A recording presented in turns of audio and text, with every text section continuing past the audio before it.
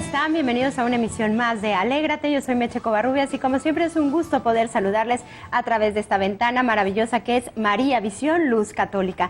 Gracias por acompañarnos. Hoy un programazo, así que no se lo pierdan. Pero bueno, antes de presentar el tema y a nuestros invitados, saludo con muchísimo gusto a mi queridísima Lupita. Lupita, ¿cómo estás? Meche, feliz, encantada de poder entrar hasta tu hogar, pero sobre todo entrar a tu corazón. Gracias por estar en sintonía de María Visión. Hoy tenemos que llegar a una conclusión muy interesante. Es un programa especial con invitados muy especiales. Tenemos un panel de lujo esta noche, lo van a ir descubriendo con nosotras. Y el tema es, vamos a comprender lo que es el nuevo orden mundial. Papá y mamá, alertas, porque estamos teniendo ahorita problemas con nuestros hijos que vienen con ciertas ideas que les meten en la escuela, especialmente en el tema de la sexualidad, de los derechos reproductivos. Les hablan de que ellos tienen derecho al aborto, de que ni siquiera lo tienen que consultar con los papás o a usar la píldora del día siguiente. Y hay unos temas, no solo de este tipo, que de pronto nuestros hijos traen de fuera y nos preocupan. Bueno, esto tiene que ver con un fenómeno que se ha cuajado desde hace algunos años que se llama el nuevo orden mundial. Pero bueno, Lupita, presentemos al primero de nuestros invitados. Claro que sí, entre nosotras, ahora sí que entre nosotras, se encuentra el doctor Miguel Ayuso, catedrático español de la Universidad de Comillas. Además es presidente de esta unión de juristas católicos en el mundo y es un honor contar con su presencia. Bienvenido, doctor Miguel Ayuso. Muchas gracias, estoy encantado de estar con ustedes. Bienvenido.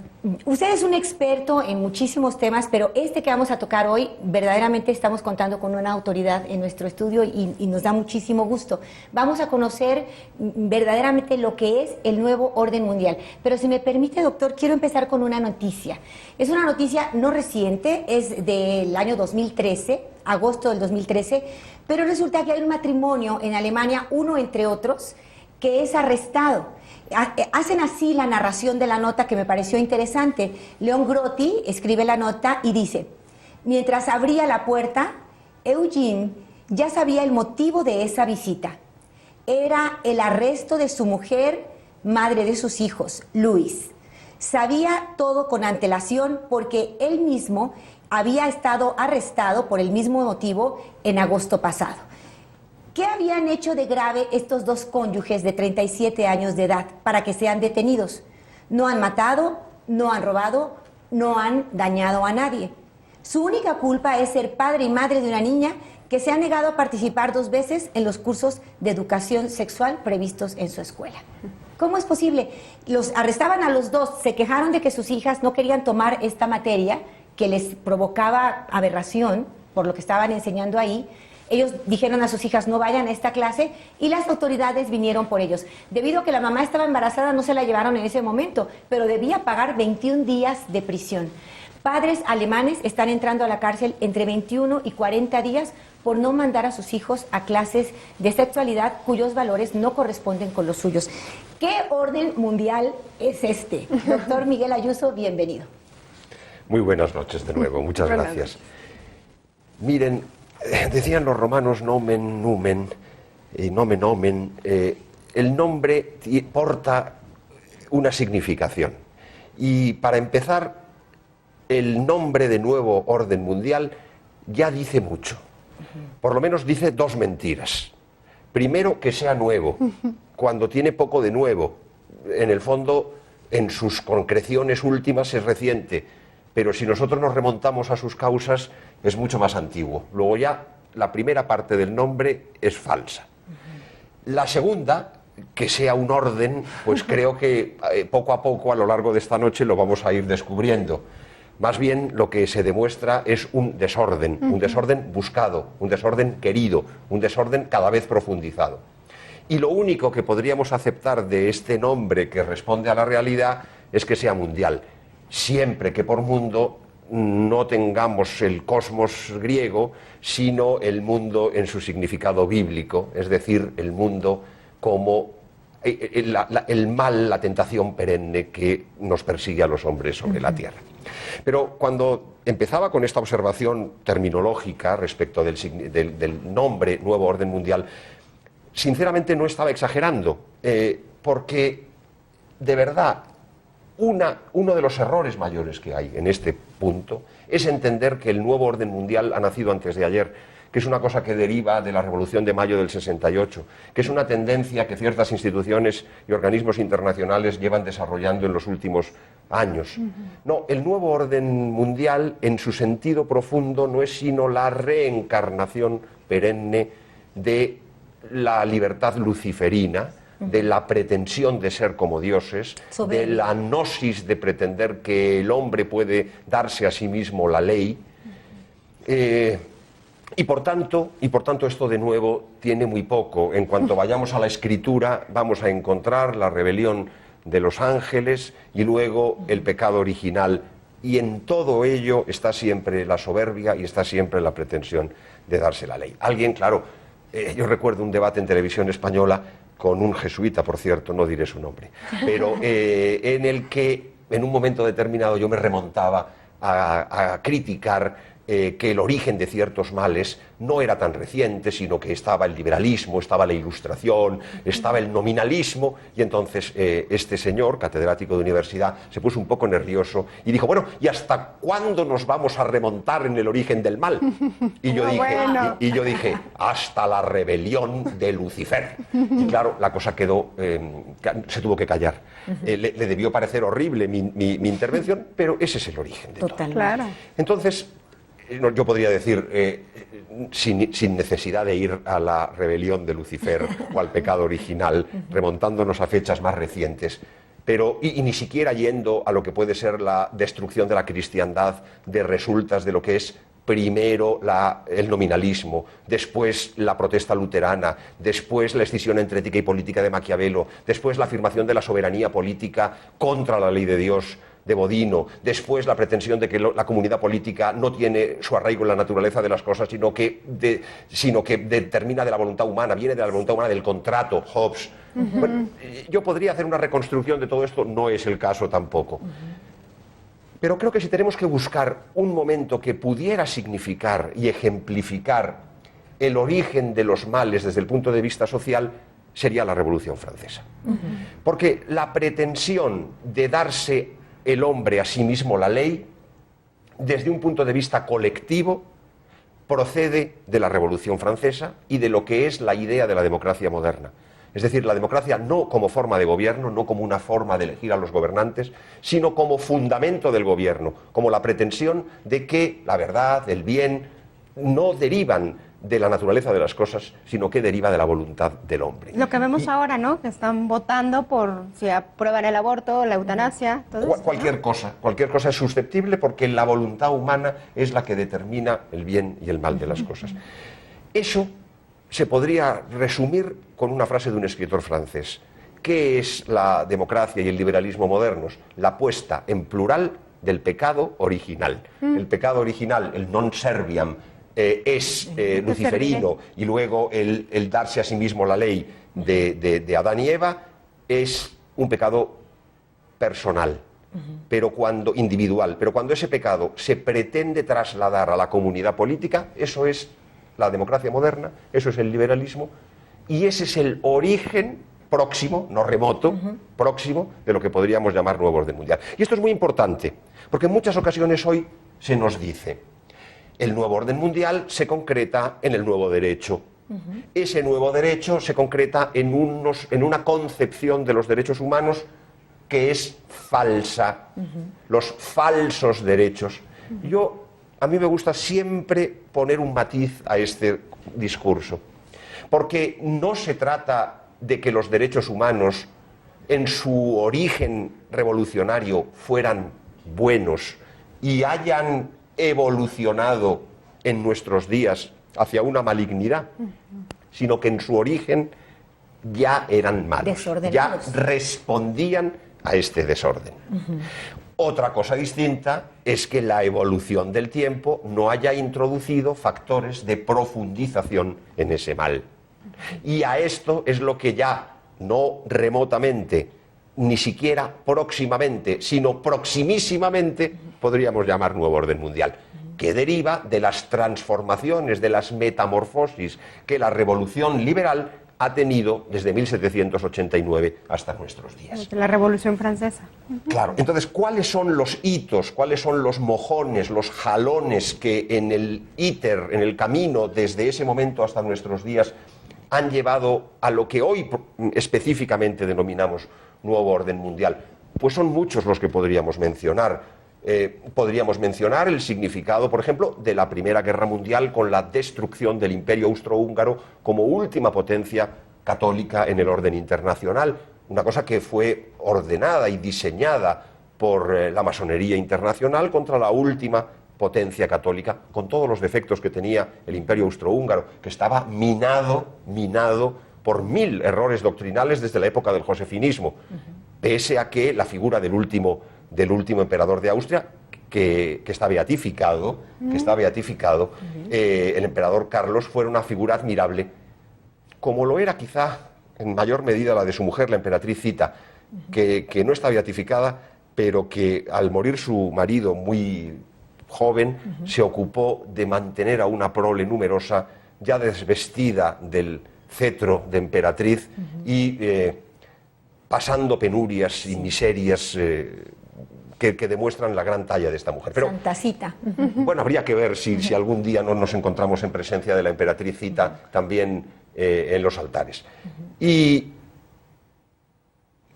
digamos, pero de nuevo esto se trata de un paso intermedio. ¿Cuándo se empieza a hablar del nuevo orden mundial? Ni siquiera después de la Segunda Guerra Mundial. Después de la Segunda Guerra Mundial hay una eclosión del pacifismo. El pacifismo no es el cultivo de la paz, sino que es la idolatría de una falsa paz. Los papas, con gran claridad, incluso en sus lemas pontificios, habían explicado, es el lema de Pío XI, por ejemplo, que no hay paz sino en el reino de Cristo. La paz de Cristo en el reino de Cristo. Fuera del reino de Cristo no hay paz. Es lo que la Escritura llama y llaman paz a tan grandes males, o lo que la sabiduría grecorromana llamaba crean desiertos, es decir, destruyen todo, y a eso llaman paz. Pues estamos introduciéndonos en este mundo fabuloso de profundidad, el llamado nuevo orden mundial. El doctor Miguel Ayuso nos lo ha explicado de una forma magistral. Yo daría un resumen, no sé qué tan bien me quedé para todos nuestros amigos, pero este nuevo orden mundial es un poco decirle a Dios, tu orden no me interesa, yo voy a poner el mío. ¿No? Sí, sí. Por ahí va esta línea del nuevo orden mundial y vamos a ver lo que estamos pagando por decirle al Señor no me gusta tu orden. En el fondo es decirle non serviam, no te serviré, ¿no? Hacemos una pausa, Meche, volvemos con el doctor Ayuso. Ya regresamos en breve, pero te vamos a pedir un favor. ¡Alégrate! Defiende la vida.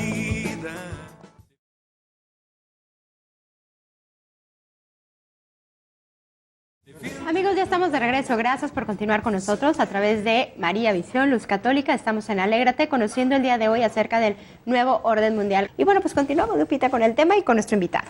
Sí, continuamos, familia hermosa de María Visión. Estamos platicando con el doctor Miguel Ayuso acerca de esto que es el nuevo orden mundial. Y la idea es que tú y yo, de esta comunidad cristiana que queremos vivir nuestros valores, comprendamos qué es lo que está pasando y cómo vamos a enfrentar este nuevo orden. Hoy nos estamos echando un clavado para profundizar de una manera excelente. Sí, es una especie de revolución cultural global que no necesariamente tiene un origen próximo, aunque hay algunas cosas que ya nos ha señalado el doctor Ayuso, sino que tiene este origen en nuestra propia rebeldía, en ese decirle no a Dios nuestro Señor. Y nos quedábamos en este punto, doctor, hablando propiamente de la paz. Ah, sí.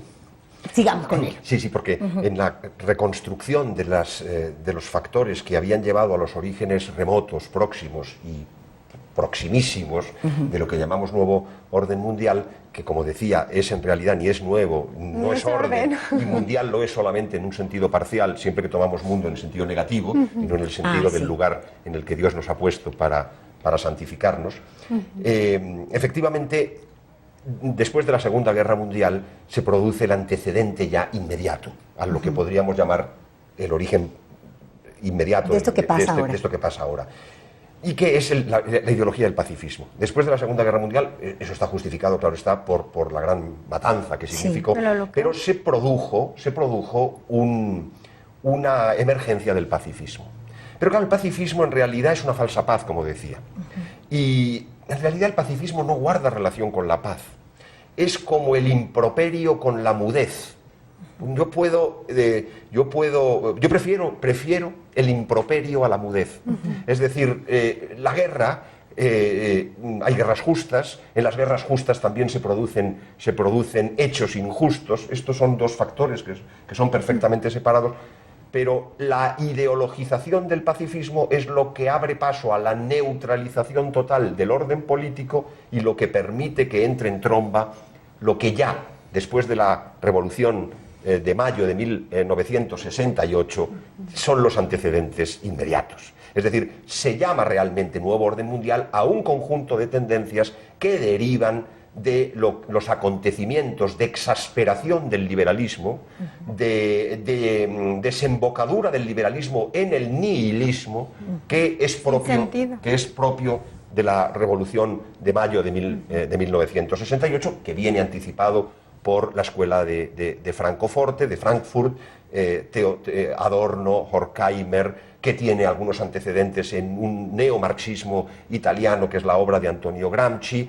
Es decir, los elementos de todo esto serían múltiples, pero como mi pretensión aquí no es erudita, sino esencial, es decir, ir al corazón del problema, yo diría que aquí lo que se produce es esa mutación de la concepción de los derechos humanos, que, como digo, es mala desde el origen. Yo niego que los derechos humanos revolucionarios fueran buenos en el origen y que haya habido una mutación, una metamorfosis que los haya convertido en malos. Desde su origen está la rebeldía. Lo que pasa es que en nuestros días se ha producido una radicalización de los mismos. ¿Por qué? Porque en un primer momento los derechos humanos se llaman derechos del hombre en la Revolución Francesa, es la Declaración de 1789, se llamarán derechos humanos en 1948, después de la Declaración de las Naciones Unidas, se llamarán derechos fundamentales después de la Constitución alemana de 1949, los términos son diferentes, pero reflejan diversos ámbitos, pero sustancialmente responden a una comunidad ideológica, entendiendo por ideología en sentido peyorativo, es decir, un reduccionismo de la realidad, de la verdad, una visión falsa, parcial de la naturaleza humana y de los distintos aspectos en los que se desenvuelve. Y claro, los derechos humanos al principio eran ya pretensiones, es decir, la idea de desligar el origen del derecho de los deberes básicos, que son primigenios. El hombre, para cumplir los deberes primigenios que tiene unas facultades. Esas facultades podemos llamarlas derechos en algunas ocasiones, pero son facultades de que disponemos para dar cumplimiento a deberes que están en nuestra naturaleza o que derivan de la relación entre los hombres o de las relaciones con las cosas. Entonces, ¿hablaríamos de que a cada derecho le corresponde una obligación o una...? No, yo no diría eso. Yo diría que los deberes son primigenios y los derechos son subsiguientes. Y no todos los deberes determinan facultades o derechos. Esto depende de la naturaleza de cada deber. Pero que el deber es primero y que el derecho es subsiguiente, yo creo que esta es una afirmación que para una recta consideración del orden jurídico y político resulta básico. Doctor, y en concreto ahorita nuestro tiempo, ¿en qué se manifiesta este orden mundial? Para que la gente que nos está viendo hoy se dé cuenta, porque yo creo que esto ha sido como la humedad, ¿no?, que se va metiendo poco a poco, que no nos hemos dado cuenta y que muchas familias incluso están como muy casadas con estas ideologías sin darse cuenta que están viviendo bajo esta ideología, ¿no? Pues yo diría que esa transformación de los derechos como pretensiones, que ya implica una desnaturalización del recto orden jurídico, pasa a la afirmación de la libertad ya puramente negativa. Es decir, la libertad sin otra regla que la propia libertad. La concepción cristiana de la libertad es la libertad no como fin, sino la libertad como medio. Es decir, hay un orden de los fines que el hombre no puede determinar, porque le viene impuesto por la naturaleza de las cosas. Y el hombre, para cumplir el orden de los fines, dispone de la facultad de seleccionar los medios. Pero cuando nosotros pretendemos que la libertad no es la selección de los medios para cumplir los fines que están íncitos en nuestra naturaleza, sino que es la posibilidad de darnos el fin, es de elegir el fin, eso que es la libertad negativa, eso es virtualmente, cuando no en acto, nihilista. Y eso es lo que se produce concretamente después de la Revolución de mayo de 1968, en la que ya no solamente estamos en presencia de derechos que son pretensiones, sino que son derechos que como pretensiones se afirma que el ordenamiento jurídico tiene que ponerse al servicio de los mismos. Es decir, que el Estado está al servicio de los deseos, de los caprichos de cada una de las personas. No del bien común. Entonces, es que ya no es simplemente que, como en el origen, que se pongan unos derechos que se oponen a la comunidad política, que es el individualismo liberal inicial. Yo afirmo que tengo unos derechos para restringir un poder del Estado que reputo malo. No, no. Ahora lo que pretendo es que mis caprichos, mis deseos, sean reconocidos como derechos. Y claro, este reconocimiento como tal se puede afirmar en el modo del radicalismo liberal. En los Estados Unidos es clarísimo, es la concepción politológica de los Estados Unidos, o incluso en un ámbito que pretende reaccionar contra el liberalismo, pero que sigue siendo liberal, que es lo que se ha denominado el comunitarismo. Todas las doctrinas comunitaristas en los Estados Unidos son una gran tentación para el mundo católico, porque consiste en decir, yo renuncio en esta situación de desorden mundial, renuncio a la afirmación de que la naturaleza del hombre es social, de que la comunidad política tiene un bien común que es superior al bien, y que ese bien común es primero inmanente, el bien de la comunidad política, y luego trascendente porque está subordinado al bien común, digamos, a Dios, a la contemplación de Dios. Y claro, esto es desconocido completamente por los comunitaristas, que lo que pretenden es simplemente, miren, nosotros somos católicos, déjennos vivir como católicos. Y al lado están los homosexuales que dicen, déjennos vivir como homosexuales. Y al lado los pederastas que dicen, déjennos vivir como pederastas. Claro, eso es la demolición final de los restos de orden cristiano que quedaban. Esto en materia moral, cultural, sexual, de familia, es la consecuencia en la que las premisas políticas, intelectuales, políticas y sociales han conducido. Es el último estadio de disolución. Así es, estamos de verdad viviendo estas consecuencias en un verdadero desorden, lo estamos experimentando las familias. Tal vez una frase que ayude a definir esto que decía, es un valor primigenio, o va primero los deberes y después los derechos. Yo recuerdo una frase que por ahí leí de alguien que decía, la felicidad no es un derecho. Algunos decimos, yo tengo derecho a ser feliz. La felicidad es más bien una obligación, porque la felicidad es el fruto de la virtud, es el fruto de haber ejercido primero tu deber, ¿no? Y ese fruto es la sensación del deber cumplido. Doctor, tenemos que irnos. Ay, pero si ahora teníamos que hablar de la parte final. Vamos a darle. Lo harán los otros colegas. Claro que sí. Está con nosotros el Procurador General de la República de Colombia. Vamos a platicar con él cómo él ha enfrentado este nuevo orden mundial, siendo un auténtico cristiano, porque por lo que vemos, este nuevo orden se opone a la visión cristiana. Se opone completamente al cristianismo, y de alguna manera debemos sentir que están tratando de replegarnos, primero diciéndonos que vivamos nuestra fe en lo privado, y están finalmente tratando de quitar el cristianismo. Lo estamos viendo ahorita aquí en México, ¿no? Se está votando a nivel de Suprema Corte de Justicia el tema de la vida o el aborto, y hay uno solo, ¿no? Entre todos los magistrados que defiende la vida. Así es. Entonces, ¿cómo han ido, ¿no? Quitando lugares? Y eso pasa en muchísimos países, como vamos a ver qué ha pasado en Colombia. Doctor Miguel Ayuso, con un gran dolor, pero tenemos que despedirnos. Le agradecemos mucho su visita. Viene desde España y estamos muy, muy contentos de su presencia. Yo acabo de estar en España, ¿Ah, sí? en Madrid, nada más, en Barajas.